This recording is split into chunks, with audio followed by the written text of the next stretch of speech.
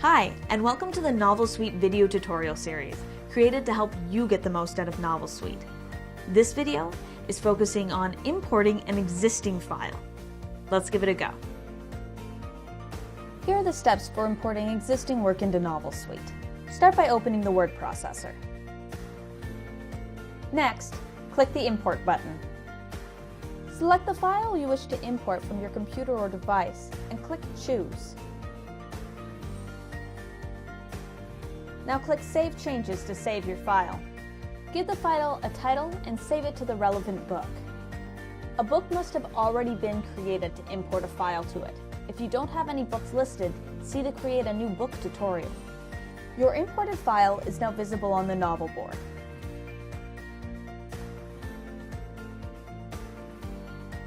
Thank you so much for watching, and check out our other tutorials if you want to learn even more about how to use Novel Suite.